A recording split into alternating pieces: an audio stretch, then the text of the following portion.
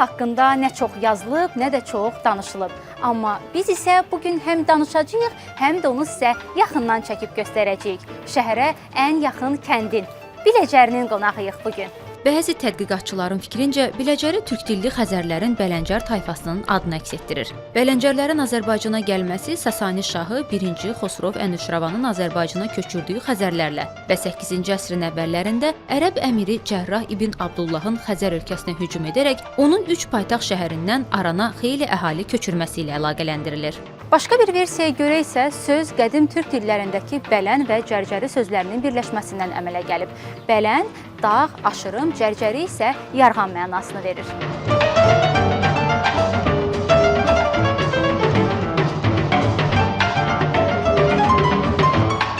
Mən sizə Biləcərinin bəylərindən danışmaq istəyirəm. Biləcərdə həm Çar Rusiyasından qabaq, həm də sonra bəylərimiz olub bizim. Deməli, bəylərimiz, Çar Rusiyasından qabaq olan bəylər, Hacbala bəy, Fərrux bəy, Təhməz bəy, oğlu Zöhrab bəy, onların bir kiçik qardaşı yenə Hacağa bəy olub.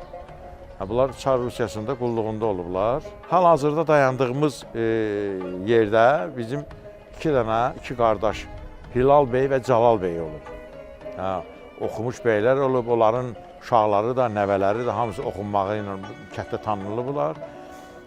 Deyilənə görə, ancaq bu düz informasiyadır. 1910-cu illərdə Çar Rusiyası inqilabdan qabaq, deməli, o vaxt SSR-nin böyüklərindən olan Stalin bunu ilə dostluq edir və jandarmalardan qaçırmış. O bunu evində gizlədirmiş, Cəlal bəy.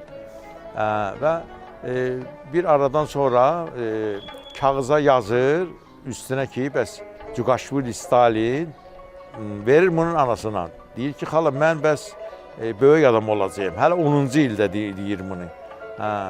Və sizə heç kim nə deyə bilməz. Məni tapsın, mən ona köməkli istəyirsən, köməkli eləyəcəm siz üçün. Bu gedir, vaxt gəlir, çıxır, Sovet hökuməti qurulur və 37-ci il gəlir. Bunun deməli, Cəlal bəyi həbs eləyirlər. Gizlətdiyinə verdiyi kağız bu anasında qalır. Yaşlı, qoca, çarşablı arvad olur. Kimsə başa salır onu yaşlılardan ki, bəs o bir nəfər sənə zapiska durur sizdə. Həmin o adam burada SSR-də böyük vəzifədədir.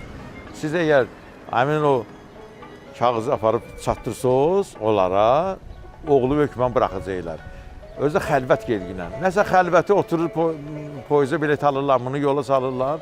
Ancaq Maxaçqalaya çatar-çatmaz kimsə polis rəisinə deyir ki, Erməniyə ki, bəs səndən şikayətə gediblər, o bəyə görə arvadın əlində kağız var.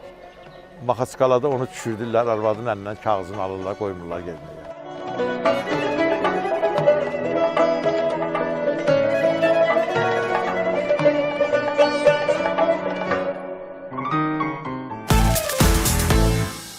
Bura Biləcəri kənd məscididir. Bu məscid Biləcərinin ən qədim abidəsi sayılır. 4 əsrə yaxın yaşı var. Məscidi 2-ci Şah Abbasın sərkərdəsi Biləcərli Ağabəyimin oğlu Murad xan 1651-ci ildə inşa etdirib. 1741-ci ildə isə Məşədi Ağa Burxan oğlu tərəfindən məscid təmir olunur. Elə bu dediyim məlumatlar da məscidin divarındakı bu lövhədə əks olunub. 3-cü dəfə isə 1850-1851-ci ildə məscid təmir olunur. Sonuncu təmiri də elə günümüzə təsadüf eləyir. Bugün də məsciddə təmir bərpa işləri aparılır.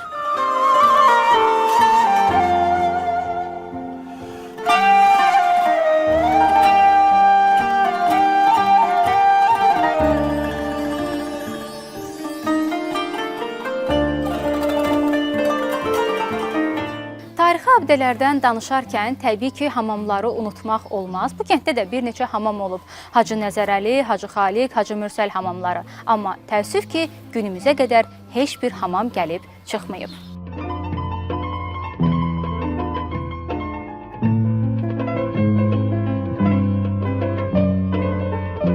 Kənddə həm də bir neçə dənə ovdan olub. Qoşa ovdan təpənin zirvəsində, Biləcəri qayasının zirvəsində yerləşib, Rəsul ovdanı isə həmin qayanın aşağı hissəsində. Yeri gəlmişkən onu da deyim ki, Biləcəri qayasının yuxarı hissəsi Cəfərqulu, aşağı hissəsi isə Qasım adlanıb.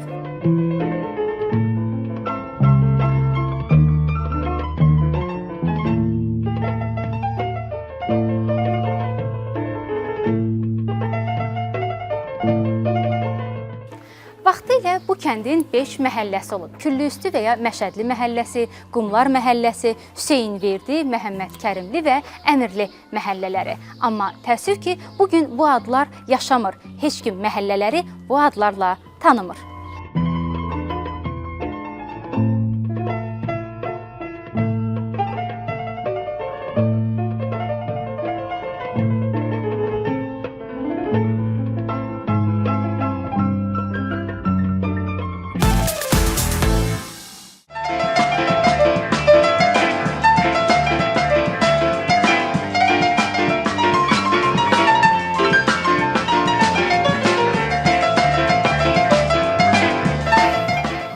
Biləcəri dəmir yol stansiyasıdır. Bu stansiya haqqında sizə bir neçə maraqlı fakt deyəcəm, amma əvvəlcə başlayaq stansiyanın tarixindən. 231 kilometr olan Dərbənd Biləcəri dəmir yol stansiyası 1900-cü ildə inşa olunub.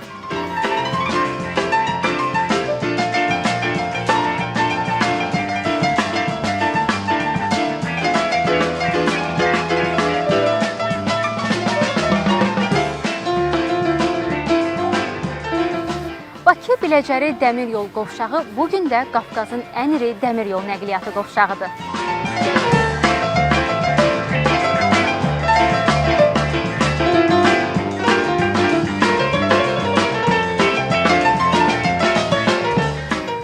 Lokomotiv deposudur. Ümumiyyətlə 2 depo var Biləcəridə, lokomotiv və vaqon deposu. Azərbaycanda ilk deponun tarixi isə 1880-ci ilə gedib çıxır. Bakı-Tiflis dəmir yol xətti üzərində ümumilikdə 4 depo inşa olunur. Biləcəri deposu isə təkcə Azərbaycanın deyil, bütünlükdə Qafqazın ən böyük deposu sayılıb.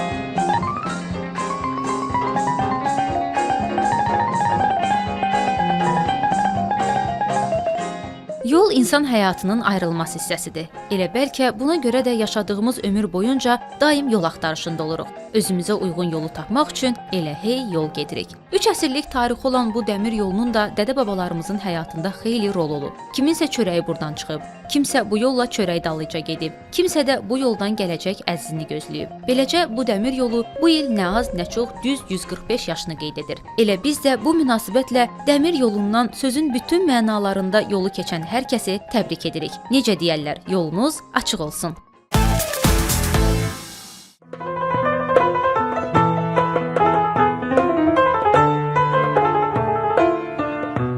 Biləcəri kəndi 19-cu əsrin ikinci yarısında 100 həyətdən ibarət kiçik bir kənd olub. Amma bugün ərazisi xeyli genişlənib.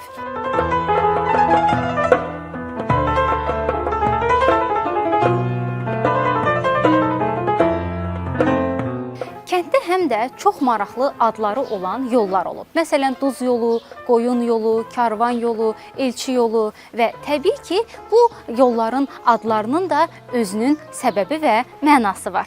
Duz yolu qalanın arxası ilə gedirdi və şimal istiqamətində şəhərə, Binəqədi, Digah, Fatmayı, Göradil və digər kəndlərə aparırdı. Cənub istiqamətindəki yol isə qalanın yanından keçdiyi üçün qala yolu adlandırılıb. Bəs Biləcəri qalası haqqında necə eşitmisiniz? Bəli, bu kənddə qala da olub. 13-14-cü əsrlərdə inşa olunub. Bildiyiniz kimi qalalar 2 formada olur. Dördkünc və dairəvi. Biləcəri qalası dairəvi formada olub və qayanın üzərində yerləşib. Deyilənə görə oradan baxanda bütün Bakı şəhərini çox açıq-aydın görmək olurmuş. Həmin bu qala 19-cu, daha doğrusu 20-ci əsrin ortalarına qədər, 1965-ci ilə qədər qaladan bir neçə hissə, parça qalır. Amma təəssüf ki, günümüzə qədər o da gəlib çıxmayıb və qala sökülərkən onun daşlarını tikintilərə aparıb orada istifadə edirlər.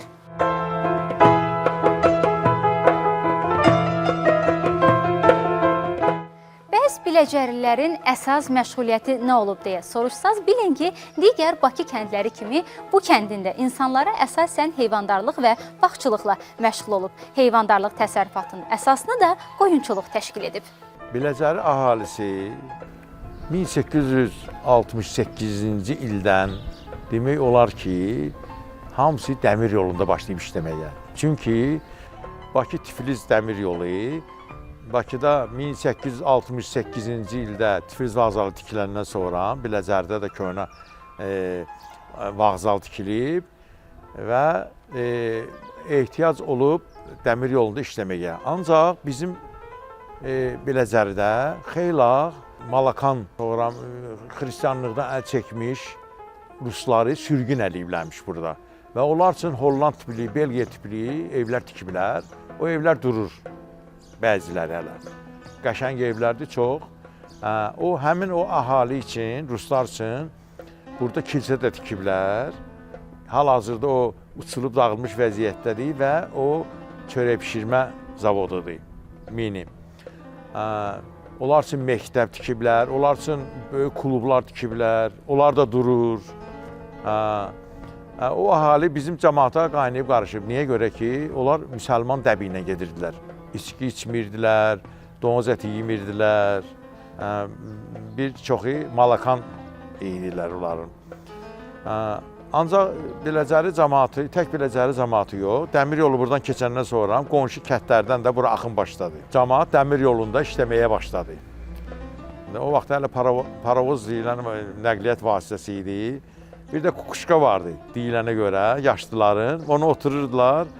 Məmməd Əmin Rəsulzadə qəsəbəsinin yaxınlığına gedirdi o. Ensiz yol idi. Onu minirdilər, gedirdilər, orada düşürdülər, oradan avtobuslarla, nəqliyyatla daşınırdılar. Dəmir yolunun aşağı hissəsində əvvəllər xanlara məxsus olan taxıl zəmilər olub. Məhz buna görə də həmin bu ərazilər xanlıq yerləri adlanıb. Əkin sahələri isə kəndin şimal hissəsində olub. Həmin əkin sahələri də arxlar vasitəsilə suvarılıb. Həmin əkin yerləri deyilən yerdə aşağıda boş yerlərimiz vardı. Binəqədi ilə Biləcəri arasında yanardağ var bizdə orada, vulkan püskürür. Təxminən mən yaşımdan onu 3-4 dənə püskürən görmüşəm.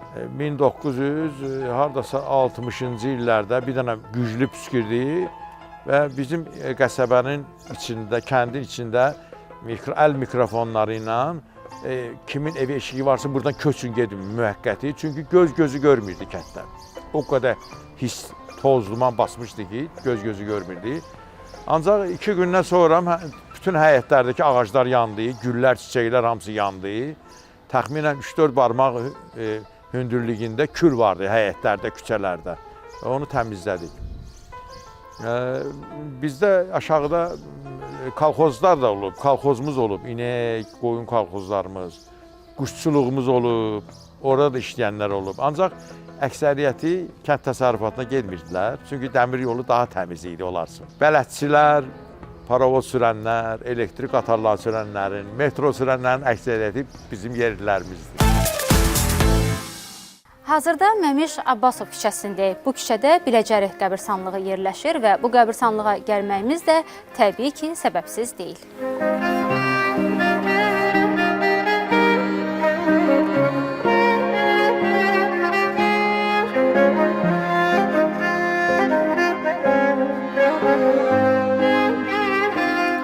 Ağayev 1849-cu ildə bu kənddə Samançı ailəsində anadan olub. Elə onun məzarı da hazırda buradadır. Əslində o vəsiyyət edir ki, onu Kərbəlada, oğlunun yanında dəfn etsinlər. Amma iş elə gətirir ki, o Çəmbərə kənd qəbirstanlığında dəfn olunur. 1931-ci ildə həmin qəbirstanlıq yerlə yeksan edilir, orada Kirov parkı salınır. Elə həmin səbəbdən də Musa Nağıyevin məzarı oradan Biləcəriyə köçürülür. 7 il sonra eyni səbəbdən Biləcəridə olan həmin məzarlıqdan da sonuncu dəfə Musa Nağıyevin məzarı bura, indiki bu qəbirstanlığa köçürülür.